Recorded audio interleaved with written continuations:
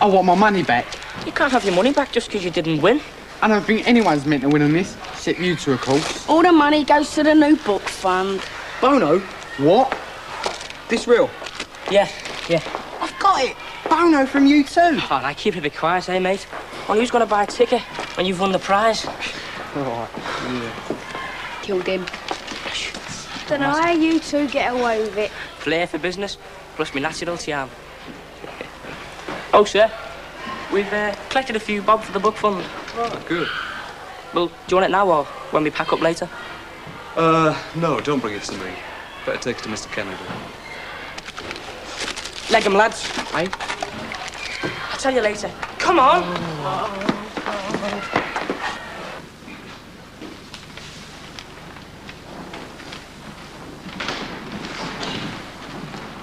He's gone. Seen leaving the school in a desperate hurry.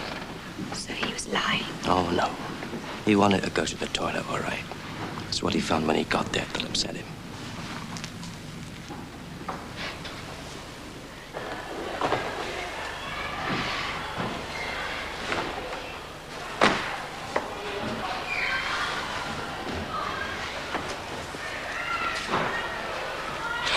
What's he doing? He's clearing out his desk. Come in. Fit? How's it going? Mad Dog Glover and the pack are in full cry. Right. Time to make an entrance, I think.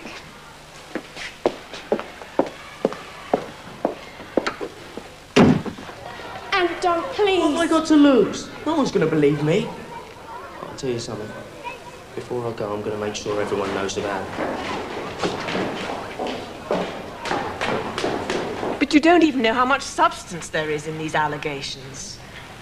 Has either teacher seen fit to deny them? Deny what? I must say, I find it rich that two men who are forever sounding off about the offensive nature of graffiti and how it should be stamped out and punished are so prepared to believe the worst of two members of staff because of what amounts to nothing more than some scribble on a wall. Ah, Mrs. McCluskey. So nice of you to join us. Mrs. Regan here has just been conducting a spirited defence of Mr. King and Partridge. Particularly Miss Partridge, who she seems to feel has no case to answer at all. I don't see why anyone should have to answer for being a single parent, no. You wouldn't, would you? Unfortunately for Miss Partridge, that is not the issue under discussion. Isn't it? What is at issue is the fact that Miss Partridge, when applying for a position at Grange Hill, knowingly falsified information on her application form. In short, she deliberately lied. Is that not so, Mrs. McCluskey? It is. So we can take it that a dismissal from this school is not in question. It's very much in question. I don't want her dismissed. I see. You are, of course, in no position to insist. You realise that? Neither are you. The LEA is responsible for the hiring and firing of teaching staff, not the Board of Governors. So, you'd prefer to play the matter down? Understandable, I suppose, but the headship's still to be decided on. Not wanting to make waves and rock the boat. That's uncalled for. Is it, Mr. Baxter? I'd have thought it was highly relevant to both. Or have you withdrawn your application for the post of deputy head? You even. As I see it, we have a situation where two members of the teaching staff of Grange Hill stand accused of morally degenerate behaviour. And the course of action would seem clear-cut. Precisely. And yet it would appear that the acting head of the school is prepared to make light of the whole issue for reasons which can only be construed as concern for her own career prospects. You see, unlike Mrs. Regan, we do not regard it as harmless to engage unmarried mothers to teach and influence our children. Do you have any objection to unmarried fathers? Do you have any on the staff? Who can tell? Unmarried fathers are not our concern. Unless, of course, you're prepared to let the relationship between Fay Lucas and Mr. King continue unhindered. The fact that you're prepared to defend his behaviour effectively undermines any case you might have had. Yeah, I must say you're extremely quick in anticipating my attitudes and interpreting my motives. Totally wrong, but very quick. Peter King came to see me today, and what he said corroborated what Fay Lucas had already told me, that their relationship was entirely platonic. They've told you otherwise, have they? I've no desire to talk to either of them.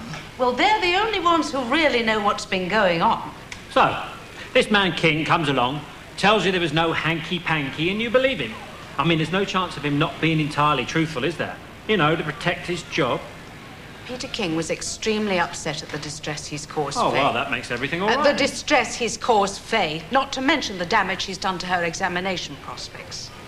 I do believe him, yes, and I certainly don't want to lose him. But being an extremely good and an exceptionally popular teacher won't alter the fact that certain people will insist upon seeing what was at worst foolish behaviour in a far more sinister light. It was therefore with great reluctance I accepted this, his letter of resignation. He has, in fact, already left the school. Good sense prevails at last. Oh, you think so, do you? Well, let me just say that having already lost one valued member of staff, I intend to do everything in my power to ensure that Miss Partridge does not fall victim to the same petty-minded and vindictive prejudice. No need to ask whose side you're on. None at all, Mr. Glover. I would have fought for Mr. King. I intend to fight for Miss Partridge. Worried about my promotion. Frightened of rocking the boat. Believe me, if it's what it takes to keep her here, I'll sink the blessed boat.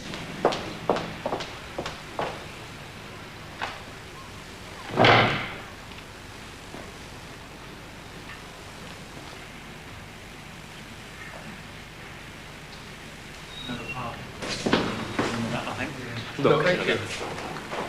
What's the matter with you, boy? There's nothing the matter with me. What's going on here? I'll see you. What about? It's... Oh, yeah, that's right. I set it all up. You take leave of your senses. I must have done, to think I could get them from him. This morning, I went to Mr. Bronson with my options form. He took one look and said, no way. His choice of subjects was in contravention of school policy. So you said. I suppose it's got nothing to do with my dad not being chairman of the Board of Governors. You said quite enough. Do you? Then you tell me how his daughter Julia went to Mr. Bronson half an hour after me with the same options, the exact same options, and got them passed. Now, just a minute. And you got the cheek to call a meeting to sound off about what other people get up to, with the way you two are carrying on, fixing things up between you. Anthony? And I'm supposed to apologise to him? Stick it.